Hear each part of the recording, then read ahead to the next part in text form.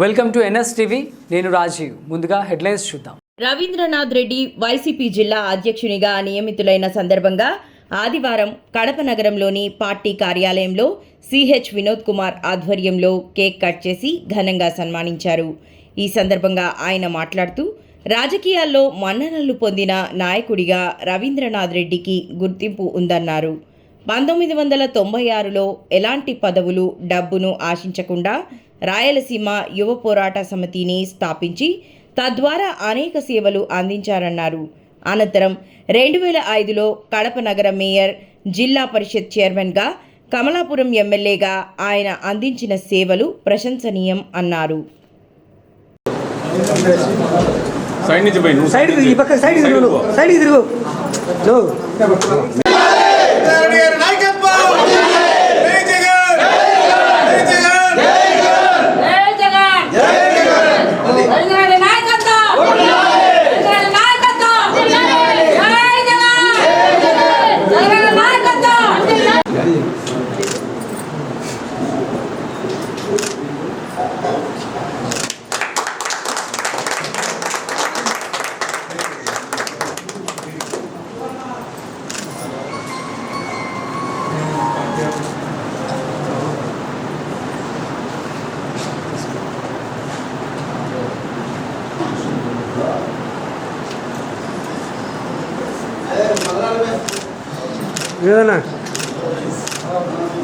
ఇప్పటి నుంచి మహిళలు గుర్తు పెట్టుకొని మాకు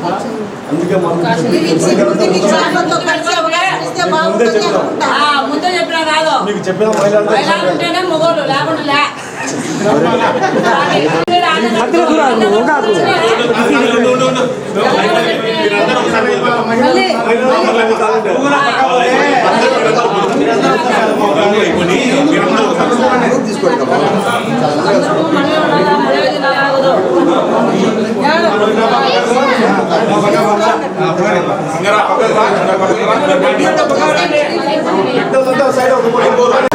హైవేలో బగాండేమా కేక్ కటిందా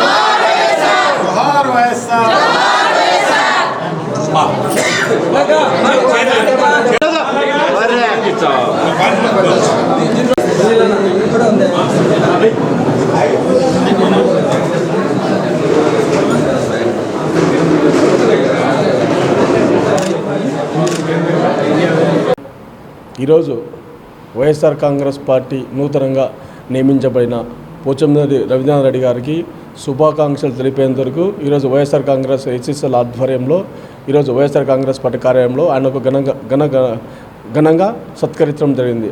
అదేవిధంగా రాజకీయము ప్రజల చేత మన్నులో పొందినటువంటి నాయకుడు పోచంనేని రవీంద్రనాథ్ గారు.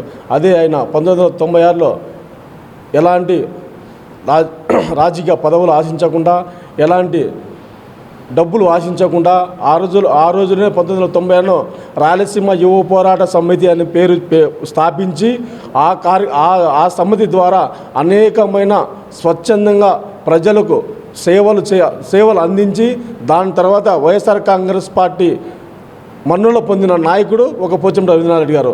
అదేవిధంగా ఈరోజు ఆయన రాజకీయ ప్రస్తావన 2005లో మేయర్గా నియమించడం జరిగింది. దాని తర్వాత జిల్లా పరిషత్ వైస్ చైర్మన్గా నియమించబడింది. దాని తర్వాత 2014 నుంచి 2024 వరకు కమలాపురం ఎమ్మెల్యేగా ఎన్నుకోవడం జరిగింది. దాని తర్వాత అనేక రకాలుగా ప్రజలకు మేలు చేసి అనేక రకాలుగా ప్రజల మనుల్లో పొందినాడు. కాబట్టి ఆయనైతే ప్రజలకు ఎలాంటి ఇబ్బంది లేకుండా అందరి కార్యకర్తలను కలుపుకొని సమన్వయం చేస్తాడని ఒక ఉద్దేశంతో ఆయనకు ఏరుకోరి ఎన్నుకోవడం జరిగింది. అదేవిధంగా రవీంద్రనాథ్ గారు కుల మతాలకు భేదాలు లేకుండా వీడు ఎస్సీనే ఇది బీసీనే ఇంకొకరు లేకుండా అందరినీ కలుపుకొని సమన్వయం చేసిన నాయకుడు ఎవరైనా ఉన్నారంటే ఏకైక పోచంపల్లి రవీంద్రనాథ్ గారిని సందర్భంగా తెలియజేస్తున్నాను.